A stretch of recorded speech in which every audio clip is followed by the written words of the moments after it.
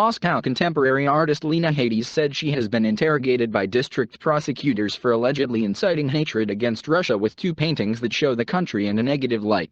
Hades said the investigator had a huge file with printouts of her comments in LiveJournal, an online diary website, and previous exhibits. She said she is being threatened with up to 2 years in prison, and that the case started after nationalists filed more than 300 complaints against her. A provocative painting by Lena Hades, a Moscow artist, depicts a double-headed eagle holding a vodka bottle, an anti-Semitic banner, a harmonica, a satellite, and a Dostoevsky novel. Another of her works shows Petrushka, a folklore character, peeking from behind a curtain, half of which bears obscenities and the other half a prayer. These pictures might land her in jail on charges of extremism for inciting hatred against Russians, or they might lead to the repeal of a clause in the criminal code that makes it a crime to incite ethnic hatred, which is exactly what ultranationalists want.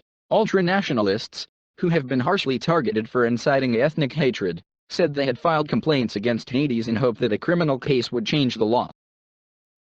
Moscow's Basmanny District branch of the Investigative Committee has opened a preliminary case against Hades, spokeswoman Natalya Leontyeva said. Hades, 50, faces up to 2 years in prison on charges of inciting ethnic hatred and an additional 3 years for organizing the group to violate human rights, she said. Hades said she had no idea what the group she is charged with creating could be and that an investigator who interviewed her on Monday only mentioned the charge of inciting ethnic hatred. The investigation was opened on the request of a group of citizens who submitted their complaint about Hades more than 2 years ago, Leontyeva said. She refused to identify them, citing ethical reasons. In July 2008, Basmanny investigators held a preliminary inquiry into the complaint and refused to open a criminal case. But in May, Moscow City investigators ordered a new preliminary examination of the complaint. Leontyeva said. She did not explain what prompted the reopening.